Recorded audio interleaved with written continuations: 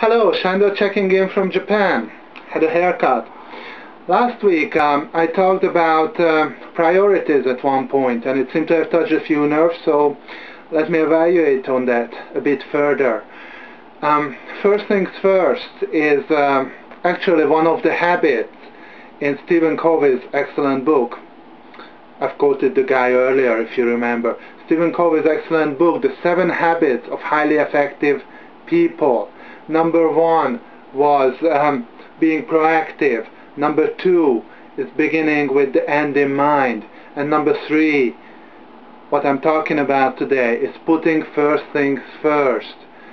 Actioning what you imagine, what you've already created in your mind in habit number 2, which was beginning with the end in mind. So what does it take to make your set goals or make what you have built already in your mind to turn into reality? Well, it takes management. It takes actioning. It takes actioning those steps that are first, actioning your priorities. And that is actually the difference between leadership and management. Leadership decides what first things are, and management actions them. Management does the work, makes sure that those things that are the top of the priorities are actioned, are done day by day, hour by hour. And in a sense, management is discipline itself. Now, that doesn't sound much fun, but let's think about it for a moment. Discipline derives from the word disciple, as in disciple to a set of values, disciple to a set of principles, disciple to philosophy, perhaps.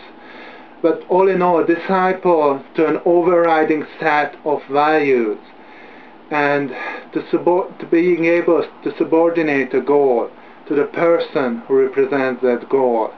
In other words, if you are an effective manager of yourself, then your discipline comes from within. It's a function of your independent will. You are the disciple, the follower. You own your set of values, and you have the will, the integrity to subordinate your feelings, impulses, and your moods to those values. Understand that these feelings, impulses, moves, understand what they are, and understand your reactions to them, and let them go if they're not congruent with your goals, your purpose, your vision.